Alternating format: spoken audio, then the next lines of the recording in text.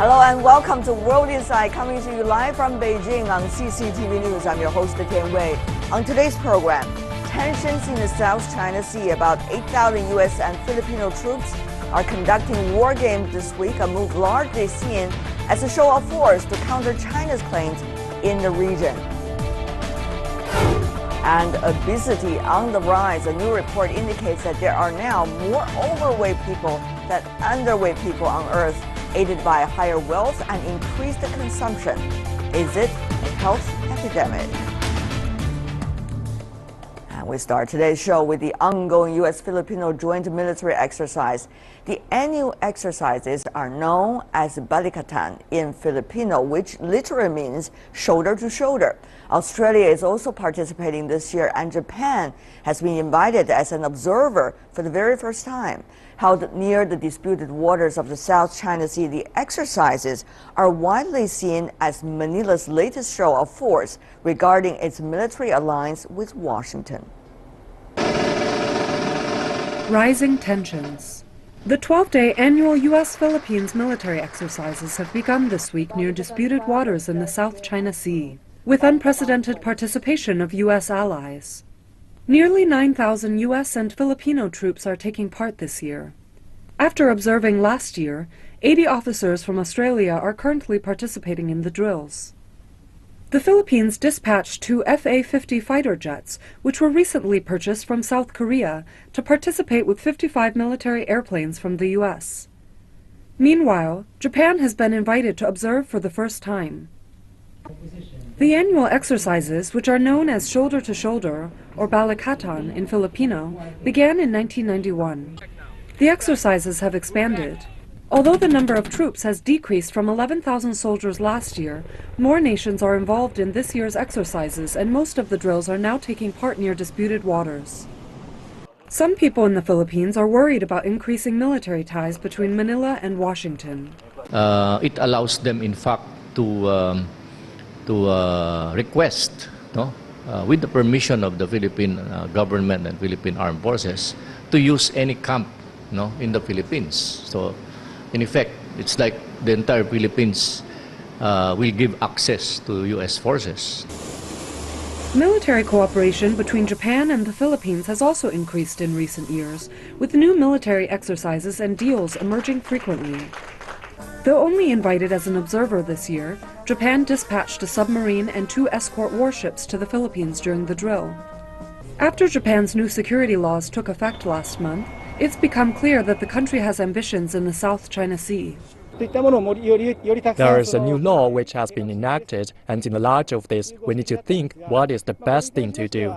We need to think about this not just based on Japan's own domestic issues, but we also need to take in the opinions of the countries in Asia through proper discussion and start thinking of what is best. This is what we must do. As China and the Philippines struggle over territorial issues, the current drills are certain to further increase simmering tensions. And for more on the issue, we are joined here in our Beijing studio, Mr. Yang Xiyu. Welcome back, a senior fellow from the China Institute of International Studies. Meanwhile, joining us from Phoenix, from the United States, we have Mr. Kurt Volker, who is a former U.S. ambassador to NATO and now Executive Director of the McCain Institute for International Leadership. Welcome as well. Meanwhile, in Manila, we are welcoming Mr. Richard Heydarian, who is a political science professor at the La Salle University in Manila. He's also the author of the book, Asia's New Battlefield, US-China and the Struggle for the Western Pacific. Gentlemen, a big welcome to all of you. First of all, how should we understand, Ambassador Volker, an upgraded joint military exercise between the Philippines and the United States? When it comes to the number, of course, it's 9,000. Not necessarily significant compared to last year. And yet, when you look at the countries, Japan likely to join, and also it's becoming ever nearer to the disputed islands between China and the Philippines. Well, what you see over the last several years is a growing Chinese military capability and Chinese military presence in the South China Sea, including the land reclamation and the putting of some military infrastructure on some disputed islands. which other nations also claim in addition to China. So this has raised a lot of concern among a lot of countries in the region that they're seeing the balance change. They're seeing that China is asserting its military presence much more. And so that has caused them to want to re-examine their own military capabilities, their own relationship with each other, their own relationship with the United States, in order to show that they do have capabilities there, and to, in a way, to push back a little bit on what they see as what had been unchecked Chinese steps moving forward, hoping that this creates a little bit of pushback and a little bit more balance. So, Mr. Ambassador, if I understand right, this is targeting at China. I think it's a response to what they've seen over the last few years of China's increased capabilities and increased use of its military in laying claim to these islands in the South China Sea. And as you know, the US-Philippines military relationship goes back decades and decades. But in the past 20 years or so, it had really fallen off. And there is an effort now, I think, to get it back onto a little bit stronger footing. Getting it back will need a common enemy sometimes. Professor Hidarian, is China the common enemy? Well, on the paper, the Balikatan exercises are supposed to be an expression of US-Philippines security alliance. It's also supposed to be about helping the Philippines in terms of disaster relief and humanitarian operations. But of course, we know that the texture, the trajectory, and nature of these exercises over the past few years have been more and more directed towards what's happening in the South China Sea. So, for instance, the exercises are happening in Palawan, which is very close to the contested features in the South China Sea. And this year, the United States used more advanced hardware, like certain strategic missiles. Australia also has dispatched special forces to contribute to the Balikatan exercises. And of course, now you have Japan, for the very first time in 15 years, also sending a submarine to the Philippines. I think in a lot of ways, a lot of signaling is happening here. Operationally speaking, I don't think there's much gain out of the Balikatan exercises, not a very significant one. But I think a lot of political messaging is happening here. Essentially, US and the Philippines and allied countries are saying that if China keeps on increasing its military presence across the area, there will be a corresponding augmentation of interoperability and somehow perhaps a counter-alliance in the region. And I think that's a very clear message that everyone is sending. And it's important to see what kind of improvements or expansion in the presence of Australia and Japan and other US spokes in the region. Mr. Yang, sitting here in Beijing, you listen to your colleagues coming from the US and the Philippines. Has China really got the message? If China gets the message, likely to be any reaction from this part of the world? Well, I cannot say it's China will get a reaction, but China will be pulled into interaction. We have been in the course of the interaction. Unfortunately, it's adversely. Many, for example, many Americans say or Filipinos say China is getting more and more assertive.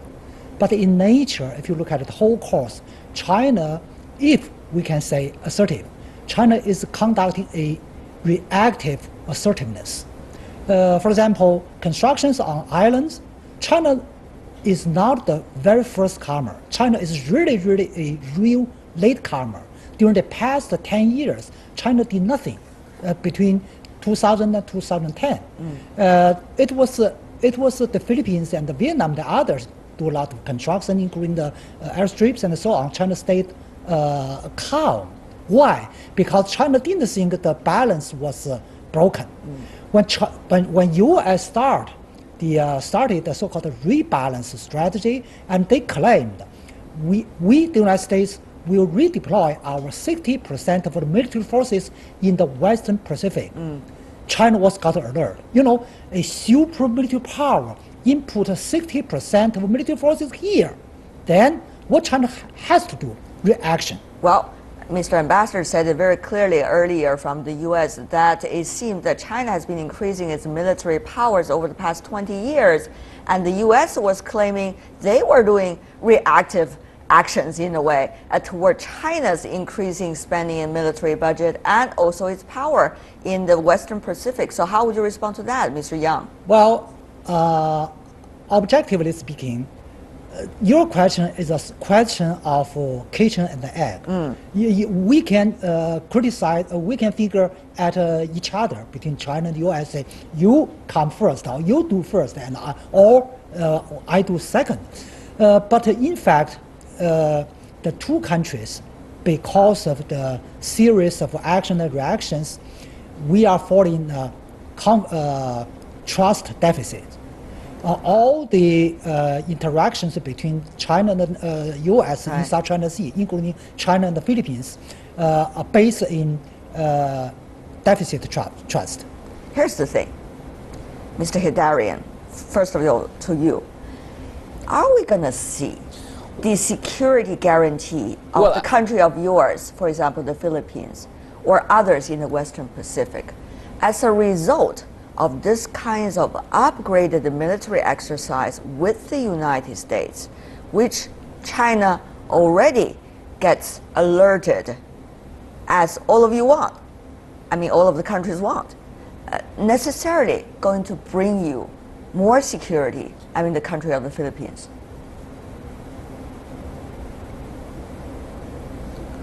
Well, I think there's a lot of back and forth on whose fault it is and who triggered this dispute. Of course, some of us who carefully followed the South China disputes, we would say that it was in 2009 that really disputes entered the new stage when Vietnam and Malaysia filed their claims at the United Nations, and in response, China published its 9-dash line.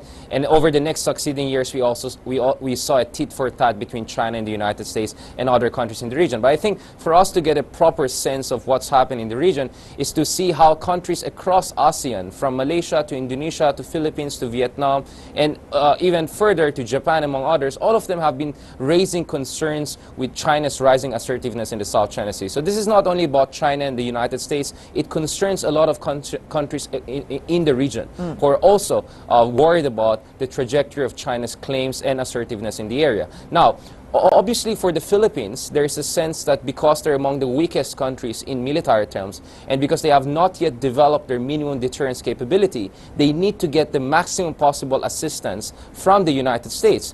And as correctly pointed out a while ago, over the past 20 years, the Philippines-U.S. relations have experienced some sort of stagnation. And it's only under the U.S. rebalancing to the region that the Philippines has been experiencing more assistance from the United States. But the assistance that the United States provides to the Philippines is still very limited compared to the billions of dollars it gives to its allies in the Middle East like Egypt, Israel, among other things. So the hope for the Philippines is that increasingly, as the tensions in the South China Sea rise, the United States will give more foreign military financing to the Philippines, will help it to develop its minimum deterrence and domain awareness capabilities.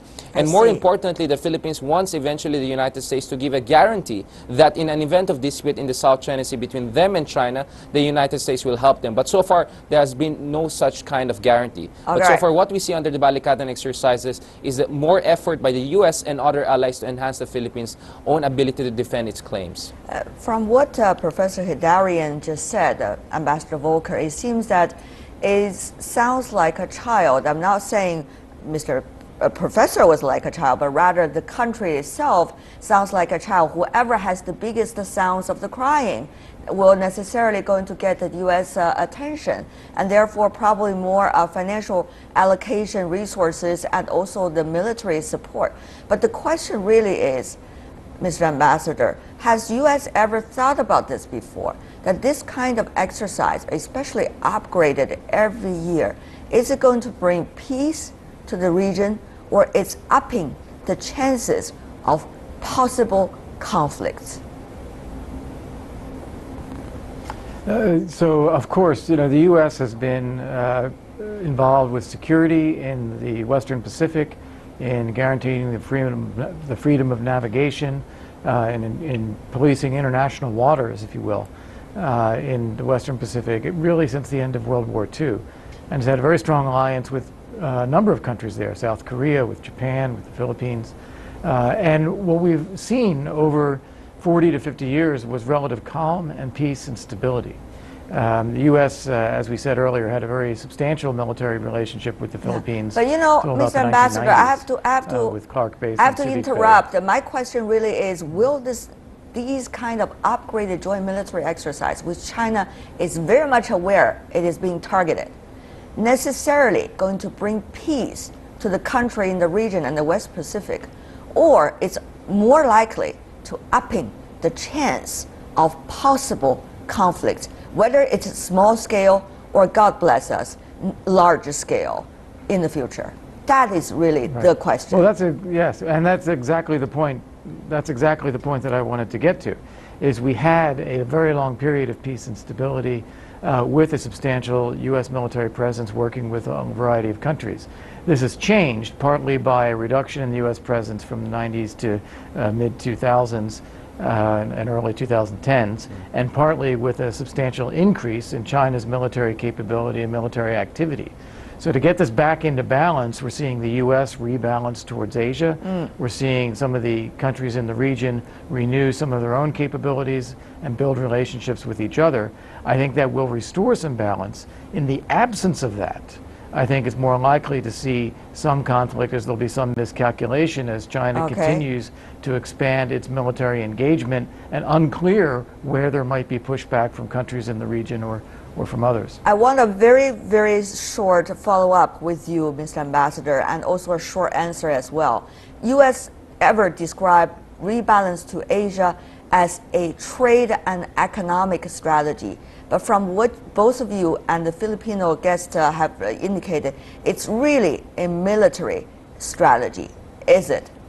Very brief answer from you, and then we go to the Chinese guest. It's a comprehensive strategy. All right, let's come back It's a comprehensive strategy. What the U.S. said, Europe and Middle East, less, Asia more. Okay, let's come back to Mr. Yang. So, the kinds of weapons have been upgraded in the military exercise.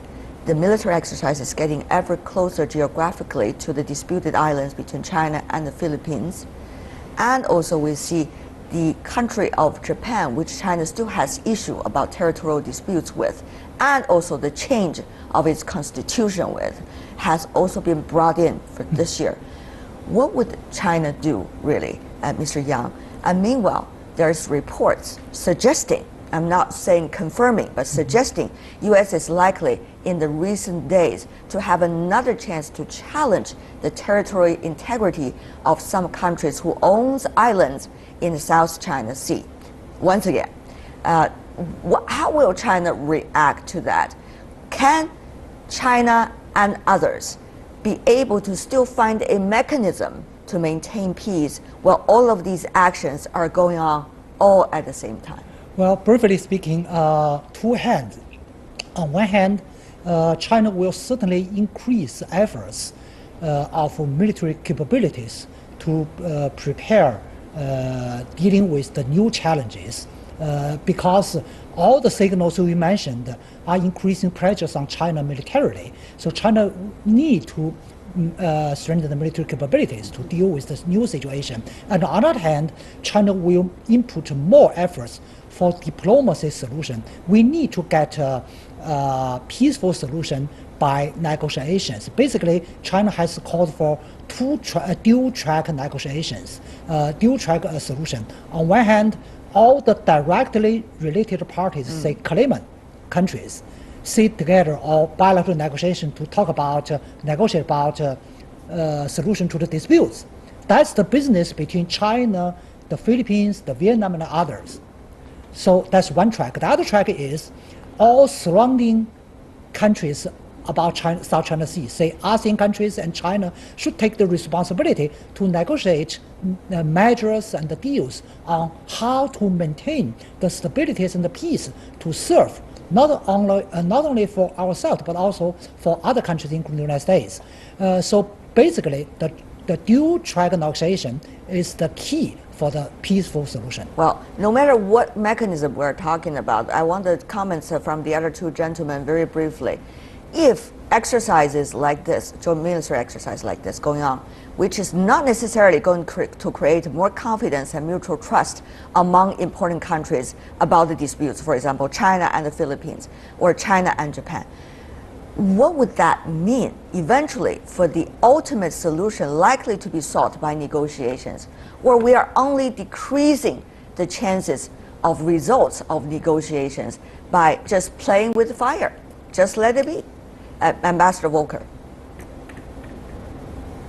2 points. One, I think that instead of trust, what I would talk about is predictability. In international relations, you need to understand the perspective of the other side and what their actions are likely to be. All right. I think that these sorts of exercises help increase some predictability. Second, you need a balance in the real world, on the ground or in the water, as a basis for successful negotiations. If there's an imbalance, one side will always press an advantage. All right. Professor Hidarian? Yeah, you have to combine engagement with deterrence. I think engagement alone without deterrence capability means you have no leverage. And for countries like the Philippines, who have limited military capabilities, they feel that in order for them to have leverage in their dealings with China, they have to develop their military capabilities and have maximum support from other countries. I think it's also very important for countries to maintain high-level institutionalized dialogue. And it's very sad that the Philippines and China have actually experienced a collapse in their high-level dialogue. President Xi Jinping and President Aquino have not held a single formal summit together. Right. And it's also important for countries in the region to develop confidence-building measures and hotlines, which again the Philippines and China have not developed. And hopefully that will be improved in coming months. And lastly, I would say that with the arbitration outcome coming soon, the Philippines arbitration case against China, then there's a hope that international law could be also a way for us to move forward.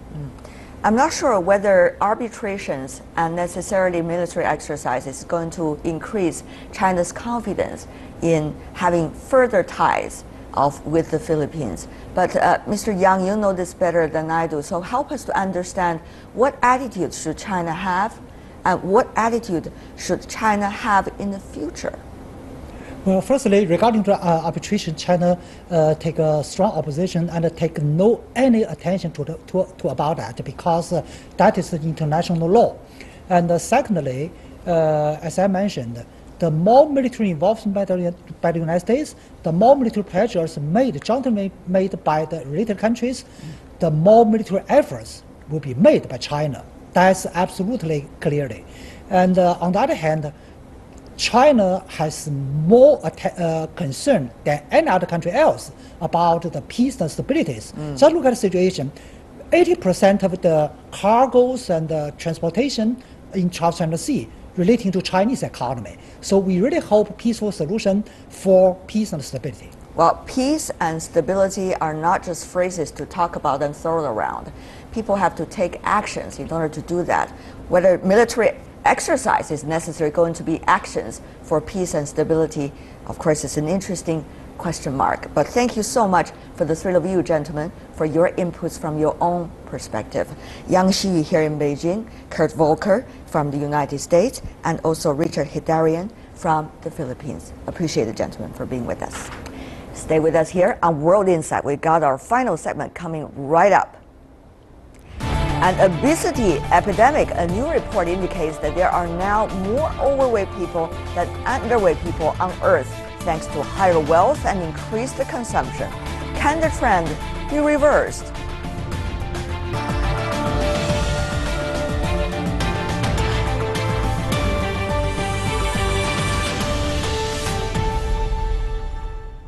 Welcome back. You're watching World Insight on CCTV News.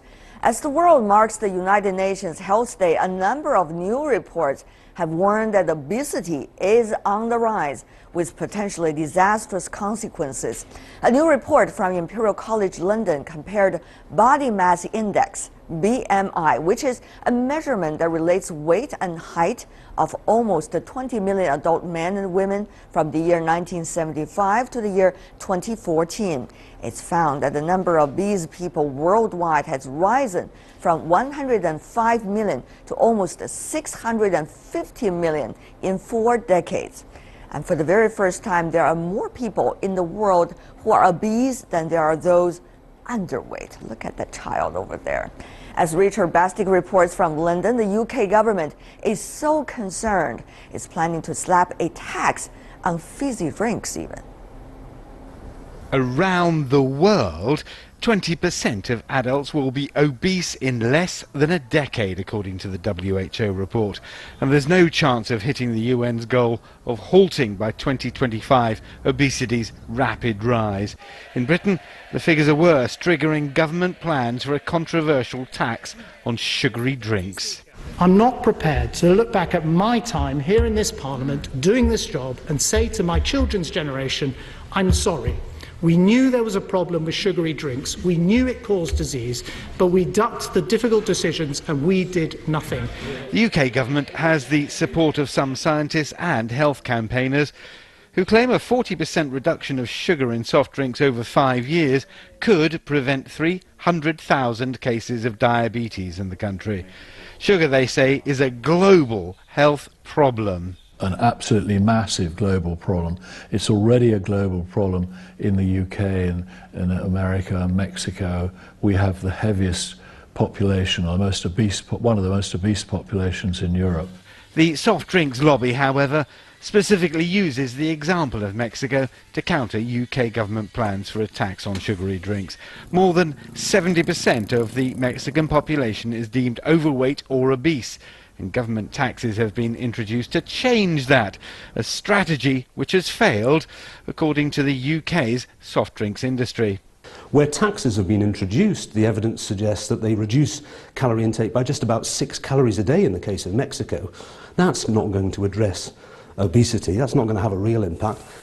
The UK government's plan could be the subject of legal challenge, should it be claimed that the new tax disrupts the free flow of trade, while the industry insists it's already reducing sugar content in its products. The United Nations recognises that diabetes and indeed obesity are two internationally growing problems.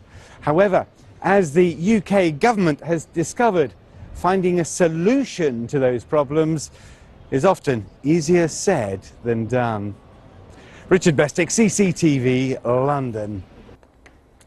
More countries, in fact, have already begun implementing policy to tackle obesity, like what's been indicated in our background earlier, which is absolutely a global concern, the obesity problem. For more on the obesity epidemic, we're joined here in the Beijing studio by two panelists, Dr. Fang Hai, who is a professor at the China Center for Health Development Studies at Peking University. Dr. Fang, welcome to our program. Will join us from Beijing, Dr. David Rothstein, who is a vice president for medical affairs at United Family Healthcare. Welcome. And also joining us from Washington, D.C. is Dr. Eric Ding, who is an epidemiologist and health economist at Harvard School of Public Health. Welcome to the three of you gentlemen. First of all, Mr. Rothstein, we see this trend. Not only people are fighting hunger, but also obesity at the same time. How should we understand this apparent conflict of ideas, it seems? Yes, well, we have paradox, to as they say. It's a paradox, isn't it? But we have to remember that obesity is also a malnutrition problem. It just happens to be an overnutrition problem. And in the case of the epidemic sweeping the world, it tends to be associated with growing prosperity, growing urbanization, and a shift away from physical activity. Dr. Ding, are the businesses guilty for this? We see these sugar drinks everywhere, soda water everywhere around the world, and it's getting ever more popular from developed economies over the past few decades to developing ones. Are they the guilty ones? I think businesses is definitely part of the problem, but at the same time they can be part of the solution. Because if you take, Coca-Cola or Pepsi, half of which they sell sugar-sweetened beverages. Sugar-sweetened beverages is, we have to say, in the nutrition world, we call it metabolic poison. It's very pernicious. We almost equate it to cigarettes because it's not just calorie in, calorie out, but there are studies in which compares jelly beans and sugary drinks. But if you drink sugary drinks, it causes you to overeat. It's inherently something that's poisonous to your body because it causes you to overeat and dysregulate your appetite. So this product is inherently a poisonous product. And we need to remove this poisonous product from our or from our economy, from our society. But obviously that takes a partnership of government, society, consumers, and business. But it tastes good, Dr. Fang. Definitely. It tastes good. But you know, here's the problem. We are currently in 2016 are standing at the precipice of a cliff. This is the first time in our world history that our children will live shorter lives than we do. And the reason will be obesity. And so we are really standing on this. We have to decide, as caretakers of our future children generation, what are we going to do? Are we going to allow our children to live shorter lives than we do? Do we want that? All right, but Dr. Fang, as I said, it tastes good. So can we reduce our desire for the short-term happiness, maybe 1 minute or two, drinking the soda types of sweet beverages, and look at the future? Or actually, this is a very hard choice that people have to make all the time. Can we be helping them to make the choice? Actually, it is very difficult to help them or just to stop those people drinking those kind of soda or other like sugar or like added drinks, because you know what, people like them. The taste is really good. So definitely we need a lot of strategies, health education, and so the promotion for the government and also the lifestyle. So those kind of things are definitely should be considered that. Well, easier said than done. You know the China situation very well, I guess, Dr. Fang. If you look at the obese problem in this country, it's getting ever more severe. It was a time, only decades ago, people look at China and say, this country has no obesity problem. But you look at the kids these days, especially the so-called only child of the family, they are being taken care of very well. Namely, in a way, is to let them to do whatever they want to do. Of course, soda, sweet beverages, fried chicken, and all of these high-calorie things are the favorites of the children. But then, how can we look at the current situation of China? China is a big country. If China cannot solve the problem, the world can't solve the problem. So what is China doing at this moment, Dr. Fang? Definitely, we should look at the history of the China's diet, because in the past the diet is very, very healthy with a lot of vegetable and a lot of fruits. But now, if you look at the China's the styles for the eating styles, so most of the packed food or packaged food and were purchased from the outside, and also people don't cook anymore and the eating out. Those kind of things definitely are related to the income. People are rich and then they can eat out or take out. So that is definitely a strategy. We should promote a lot of eating habits, healthy eating, instead of just so many commercial products from the refrigerator. But you know, Dr. Fang, let's just be pragmatic here. Even about your family, when you go back home, you would seldom have the chance to do the home cooking. Let's just say on an ordinary working day. That's why the service business here in Beijing and in other metropolitan cities are getting ever more, in a way, better. But the thing is, how can you make sure in such a rapid developing society, strategies can also be applied, that people feel pragmatic, people can use, and they can, in a way, self-disciplined as a result? One of the strategy actually is you have to look at them, ask them to look at the nutrition on the packet, the products. So I have one survey for the children and also for the for the parents, and very, very few of them just look at the ingredients and the nutrition fact on those kind of packaged the products or the food. So if you look at how much for the fat and how much for the calories and how much for the cholesterol they eat, definitely that will be very, very helpful for them. But Dr. Rastan, I think it's an ideal situation Dr. Fang has been talking about. If you go to Chinese restaurants, nobody's going to line up all the calories of every dish of Peking duck and also those pancakes. Those are healthy food anyway. But what are the solutions, do you think, for such a huge country? This country is very diverse. You got agrarian society, you also got very much a metropolitan cities, all at the same time.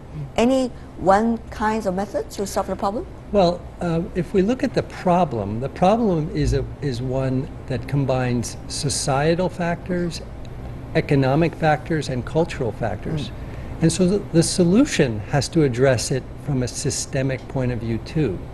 So I agree that there needs to be education, there needs to be incentives for people to eat better, but there also needs to be a concerted effort to create an environment where children can play outside safely, where the air quality is good so that they can play outside, where healthy foods are less expensive than unhealthy foods, where people have access to the right kinds of foods, and they see modeled behavior that they want to emulate, so their parents and grandparents. Right. So this problem has to be addressed from a systemic point of view.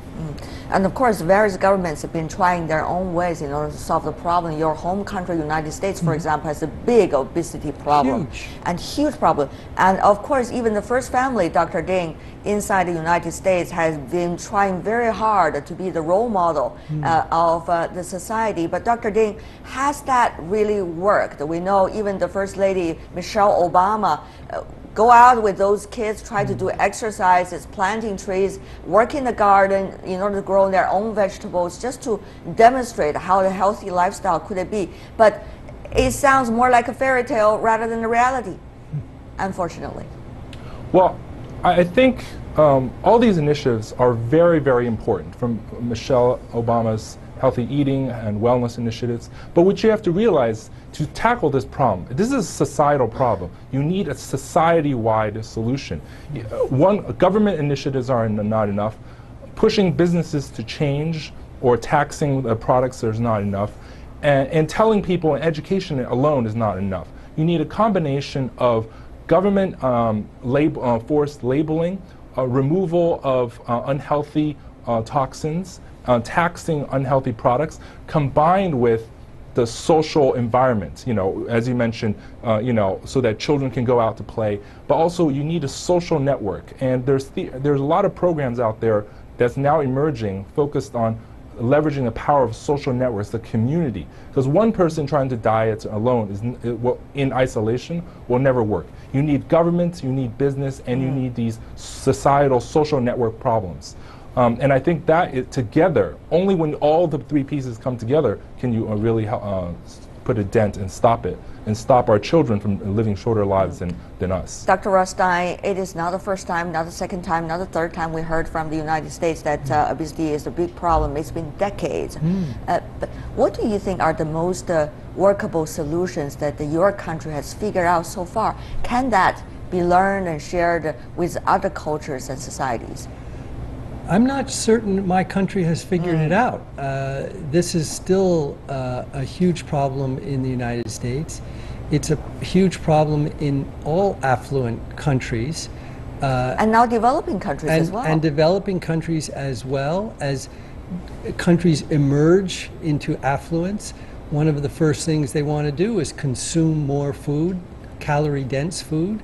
And it's a sign of social status sometimes to be able to do this.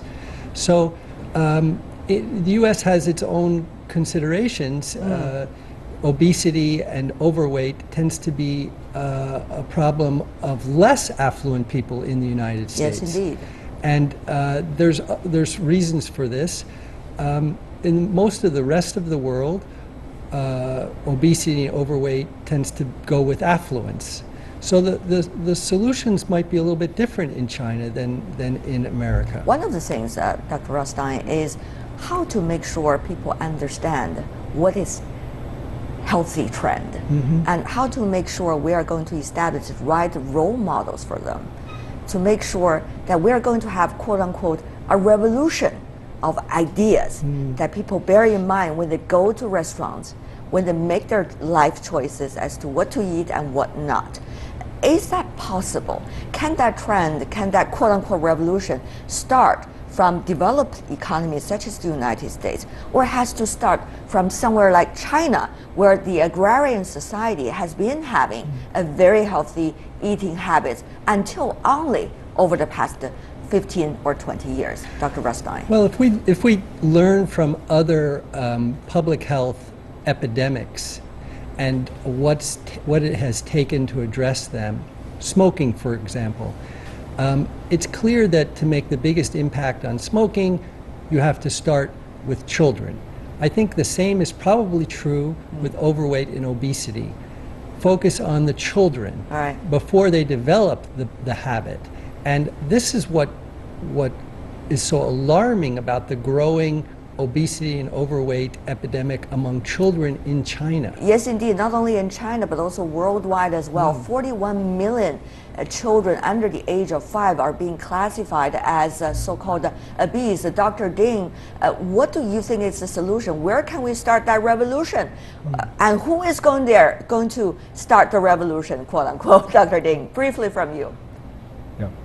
Well, I think the revolution will require a consortium of countries to band together that tells some of these big corporations, look, you can sell products like drinks, but you cannot sell them with such high sugar levels. And you can sell products, but you must label the calories on them so people can know how to do that. And governments have to really fund grassroots, not just top down, but also grassroots social network intervention programs that really gets entire communities. You can't just tell one person lose weight and they will never listen to you, but you have to change the entire society. Yes, and let me tell you, the developing world is actually even worse than the because obesity and diabetes and many of these cholesterol can't be checked. There's not enough funding or medicine to actually reduce diabetes. So I think these we have to prevent them. And governments have to realize the cost savings they get. All right. Dr. Fang, what about from China? Very briefly, you got only 20 seconds. I think it is a very, very good idea just to focus on children, because you know what, in the last 10 years, the overweight and the obesity rate in China has been doubled, and then this will be tripled in maybe in another 10 years. So I think there are so many products available. That is a problem. That is a problem. Well, I'm going to the supermarket tomorrow to check whether they have all of these labels and whether they are under the calorie maximization. So thank you so much for the three of you, gentlemen, Fang Hai and David Rothstein, as well as Eric Ding. Really appreciate, gentlemen, for being with us.